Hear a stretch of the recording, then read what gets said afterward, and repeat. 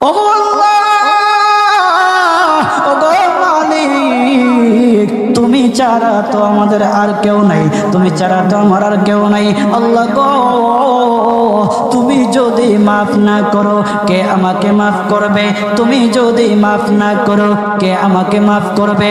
তুমি যদি আমাকে মাফ করো তাহলে তোমার কোনো দিকে কমবে না, তুমি যদি আমাকে মাফ না করো তোমার কোনো দিকে বাড়বে না।